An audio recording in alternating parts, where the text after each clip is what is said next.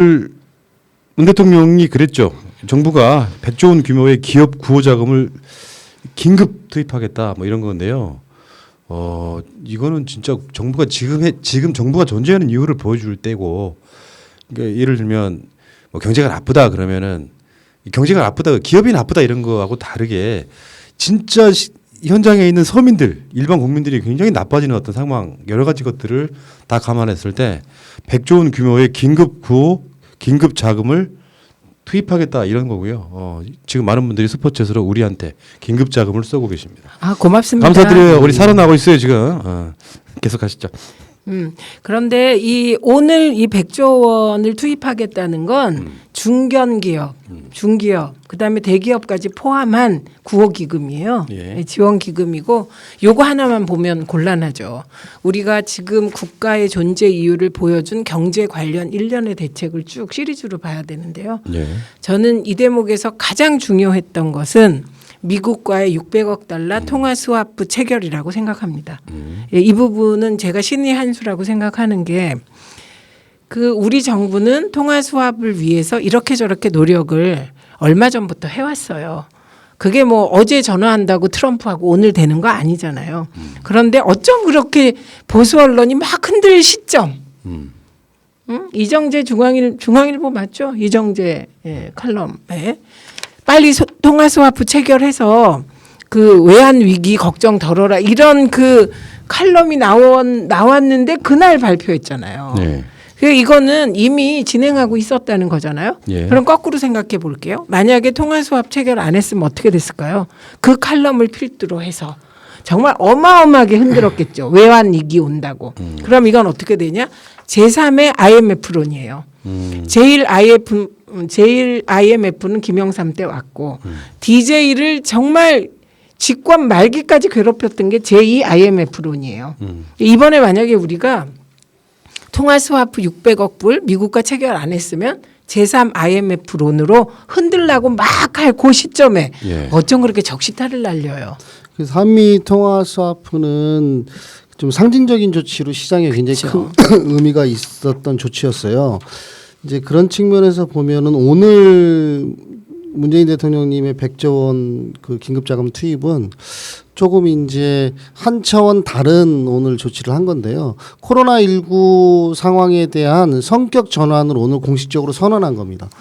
그 오늘 이전까지 정부는 코로나19는 이 보건 재난 대응 범위에서 다뤄왔어요. 그동안 이 통화 스와프도 체결하고 긴급 지원 문제도 여러 가지 논의하고 추경도 했지만 그거는 어떻게 보면은 평범한 재난 시국에도 선제적으로 해야 될 조치인데 오늘 이 100조 원 긴급 이 기금을 선포한 거는 코로나19는 이제 더 이상 보건의 이슈가 아니라 우리 국민들 전체 삶의 이슈로 이제 정부가 선언을 한 거고요. 총체적으로 대응을 하겠다. 또 어떤 장기적으로 사실 보면은 상당히 우려되는 바도 없지 않아요. 관료적 시각에서 보면은. 그런데 어떤 대가를 치르더라도 지금 국민들의 삶이 파괴되는 것은 눈뜨고 보지 않겠다 이렇게 선언을 했는데요.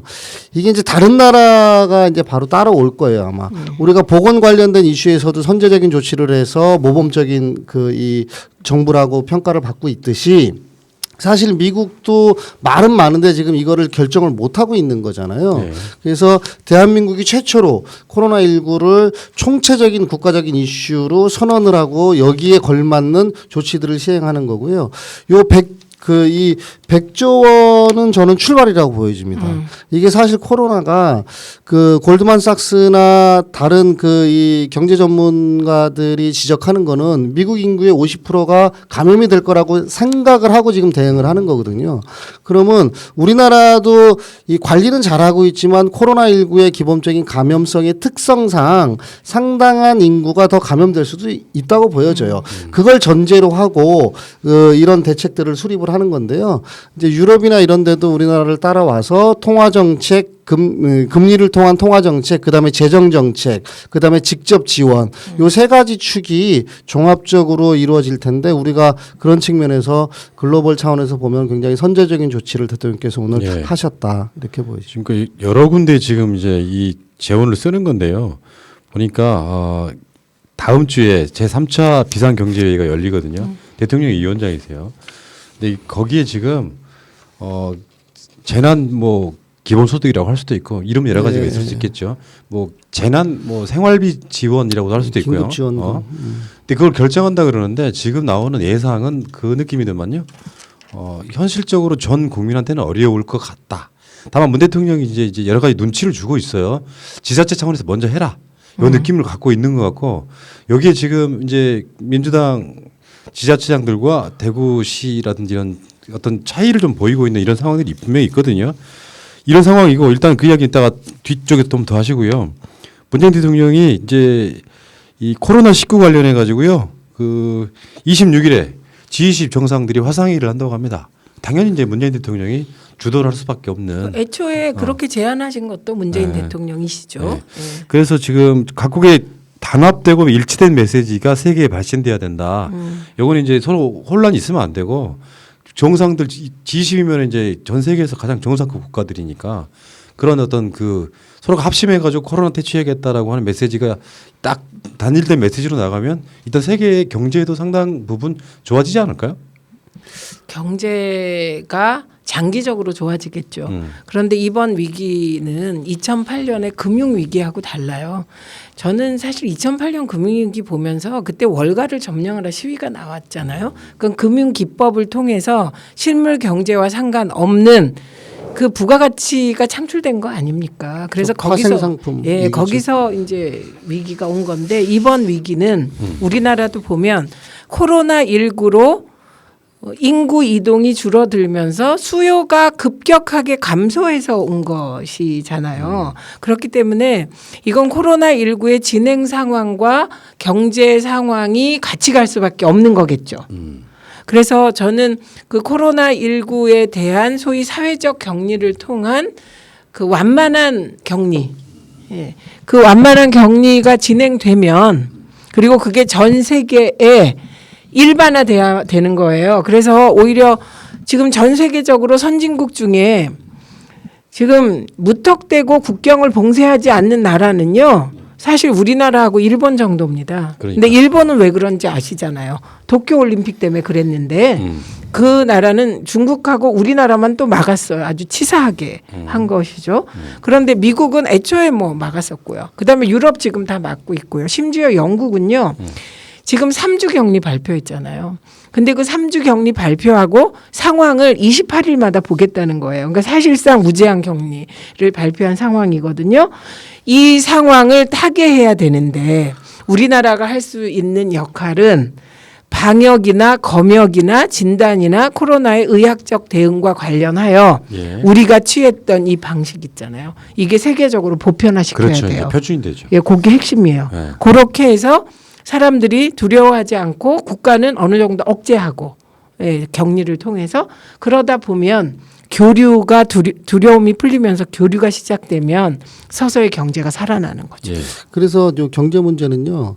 그러니까 우리가 보건 이슈였을 때 골든 타임이 있었습니다. 네. 그러면서 이제 꺾였죠. 골든 타임 대응을 대한민국 정부가 굉장히 잘했어요. 그래서 다른 나라하고는 다른 양태로 지금 이제 사망자 수도 최저치고 이렇게 줄어들고 있는 양태죠. 근데 오늘 발표한 건 좀 아까 말씀드렸듯이 이제 경제적인 측면에서 코로나19에 대한 대응을 이제 말씀을 하신 건데요. 좀 전에 이제 최 의원님이 말씀하셨지만 이게 이제 아직까지 우리나라는 금융위기, 2008년도 금융위기까지는 아직 안 가 있는 상태예요. 그런데 그 예를 들면 금융위기라고 하면은 이제 환율이 이제 굉장히 불안정해야 되잖아요. 그걸 1차적으로 이제 한미 통화 스와프로 해서 상대적인 조치로 막아냈습니다. 아직 외환 보유고가 다른 그 신흥국들에 비해서는 굉장히 풍부하죠. 그다음에 이제 금리가 그 막 10%대 이상으로 이제 올라가게 돼 있습니다. 근데 이거 굉장히 안정적이잖아요. 근데 이제 또 금융위기 리스크를 선제적으로 할 수밖에 없는 이유가 일단 세 번째가 이제 주식시장이 거의 붕괴 수준으로 지금 이제 가고 있고요. 그 다음에 이제 유가나 상품 시장이 그 이 금융위기 수준으로 이제 가고 있습니다. 그러니까 지금 혼재돼 있는 겁니다. 지금 상황이. 근데 이게 금융위기로 이전이 되는 순간 사실은 정말 그 수출 주도형 산업을 하고 있는 우리나라 입장에서는 대응이 불가능해요. 그래서 이걸 선제적으로 한 1, 2주 동안에 이걸 막아내겠다. 이런 오늘 선언이고 그런 측면에서 코로나19의 경제적 효과 측면에서의 골든타임을 선언하신 거다. 이렇게 해석하는 게 맞을 것 같습니다. 알겠습니다. 자, 대통령 한 명만 바뀌었을 뿐인데 진짜 왜 어떤 세력을 어떤 사람을 대통령으로 뽑아야 되는지를 저는 보여주고 있다고 생각이 들고요. 또 다른 이야기는 이따가 다시 할게요. 저 한마디만 하면 안 돼요?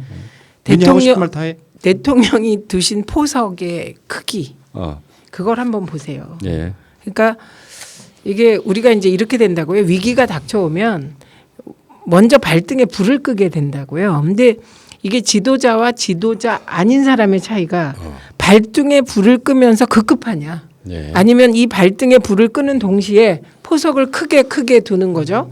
예, 이게 방역적 측면, 보건적 측면, 그다음에 경제적 측면, 사회적 측면, 외교적 측면까지. 예. 그러니까 그 큰 포석을 두고 있다는 데 대해서 예. 정말 안심할 뿐만 아니라 저는 이렇게 안 하셨을 때 언론 보도가 머릿속에 막 뱅뱅 도는 사람 아닙니까? 그렇죠, 제가. 그렇죠. 예, 그걸 생각하면 국민들께서 지금 참 행복하신 거다. 알겠습니다. 지금 알겠습니다. 그 위기 가운데 편안할 수 있는 상황. 예, 이게 행복한 거다. 이렇게 맞습니다. 생각이 듭니다.